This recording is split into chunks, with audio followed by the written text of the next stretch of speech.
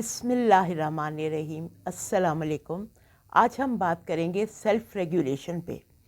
Self development में हमारी दो चीज़ें इन्वॉल्व होती हैं, जेनेटिक्स और एनवायरनमेंट।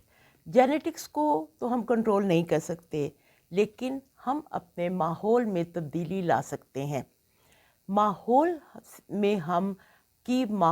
की हम आगाही हासिल करते हैं हवास के ज़रिए से।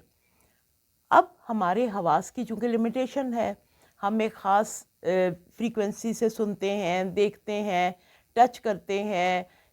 इन लिमिटेशंस की वजह से बाज़ औक़ात हमारी परसेप्शंस फॉल्स हो जाती हैं, और उस फॉल्स परसेप्शन को हम अपनी गलत फहमी में पैदा होने वाले सवालों के जवाब भी खुद ही घड़ लेते हैं। यानी उस फॉल्स परसेप्शन की इंटरप्रिटेशन भी हम खुद करते हैं कि अच्छा उसने ये कहा तो मुझे यूँ ये कहना चाहिए था, उसने इसलिए कहा, वो मुझे तनकीद करना चाह रही थी। अब आपने अपनी इस फॉल्स परसेप्शन को पॉजिटिव परसेप्शन में चेंज करना है कि अगर उसने ये कहा तो हो सकता है उसने मेरे ही फ़ायदे के लिए कहा हो, या अगर मैं इसको ज़रा इंटरप्रेट करूं तो क्या इसमें मेरा फ़ायदा है।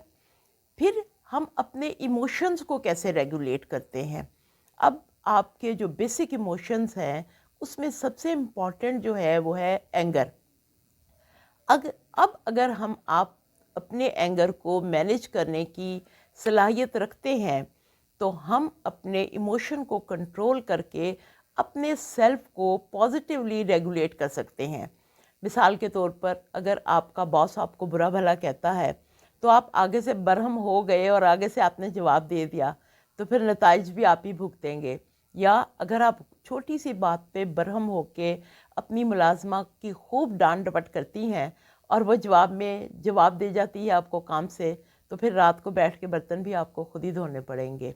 तो अपने सेल्फ को रेगुलेट करने के लिए हमें अपनी परसेप्शन को पॉजिटिव करना है, अपनी परसेप्शन को रीबिल्ड करना है, अपनी परसेप्शन को इंटरप्रेट करना है, और फिर हमने अपने इमोशंस को रेगुलेट करना है कि किस तरह से हमने एक मस्बत रवैया और नरमी का लहजा, धीमा लहजा इस्तेमाल करके लोगों के साथ अपनी डीलिंग को इम्प्रूव करना है और अपने सेल्फ को रेगुलेट करना है।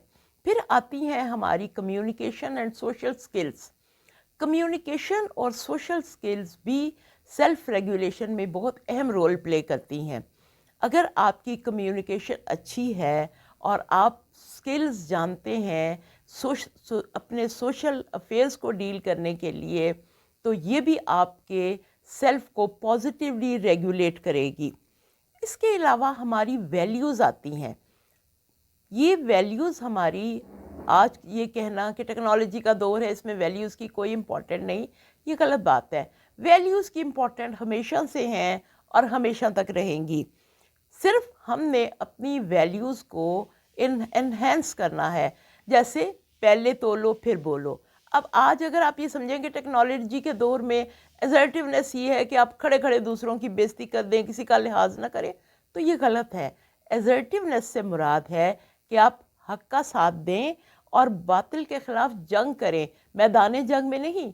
ज़ुबान से आप हक का साथ दें, ज़ुबान से आप बातिल के ख़िलाफ़ जंग करें, what is right and what is wrong को समझें, और अपने सेल्फ को इस तरह से रेगुलेट करें कि आप हक के लिए तो आवाज़ बुलंद करें, लेकिन उसमें बेलिहाजी या बदतमीज़ी का अंसर ना हो, और बातिल के ख़िलाफ़ भी आवाज़ बुलंद करें, जो कि सबसे बड़ा जहाद है।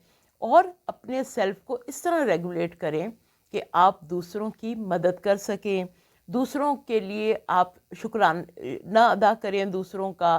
फिर डिसीजन मेकिंग आपका कितना क्विक है, किस तरह से आप किसी भी प्रॉब्लम सिचुएशन में आप डिसीजन लेते हैं, और ये सारी चीज़ें मिलकर आपको सेल्फ को रेगुलेट करने में मदद देती हैं।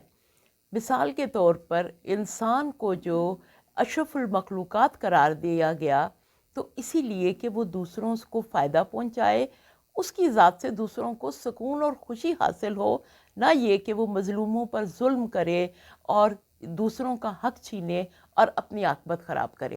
कुरान मजीद में सूरह रहमान में इरशाद होता है, ए गरोहे जिन्नो इंस, भाग सकते हो तो भाग कर दिखा दो, मगर तुम आसमान और ज़मीन के किनारों से नहीं निकल सकते। ظلم کی بھی ایک حد ہوتی ہے. کسی کو اتنا مجبور نہ کریں کہ وہ بغاوت پر آمادہ ہو جائے اور خدا کی جو لاٹھی ہے وہ پھر آپ پر ہی پڑنی شروع ہو جائے. کیونکہ چوبے خدا صدا نہ دارت، ہر کے خورد دوا نہ دارت، اس صورت میں پھر انجام آپ کو ہی بھگتنا پڑے گا. اور اپنی جو ہے ویلیوز کو امپورٹنس دیں. ایک شخص نے اپنے دوست سے شکایت کی کہ بھئی میں ہر وقت پریشانی ہے، بے سکونی ہے، گھر میں سٹریس ہے. اس کے دوست نے اس کو مشورہ دیا کہ تم ایسا کرو کہ تم اپنے باس کو تمہاری تنخواہ آدھی کر دے. اس نے کہا کیا مطلب؟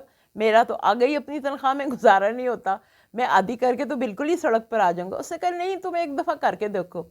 خیر اس نے اپنے باس سے جب بات کی کہ سر میری تنخواہ آدھی کر دیں، تو اس نے کہا دماغ خراب ہے تمہارا، لوگ تو تنخواہ بڑھانے کی بات کرتے ہیں، تم تنخواہ کم کرنے کی بات کرے. اس نے کہا نہیں سر، آپ میری تنخواہ آدھی کر دیں. بہرحال اس کے باس نے اس کی تنخواہ آدھی کر دی. جب اس کی تنخواہ آدھی ہو گئی تو اس کے گھر سے برائیاں، بیماریاں اور ٹینشن، سٹریس کم ہو گیا. تو اس نے یہ ریئلائز کیا کہ جتنی میں محنت کرتا تھا اس کا اجر مجھے اب جب حلال صورت میں مل رہا ہے تو میری جو ہے سکون مجھے لوٹایا جا رہا ہے اللہ کی طرف سے، کیونکہ اللہ نے اپنے نظام کو اپنے مطابق چلانا ہے. من مانی کر کے آپ کبھی بھی کامیابیاں حاصل نہیں کر سکتے.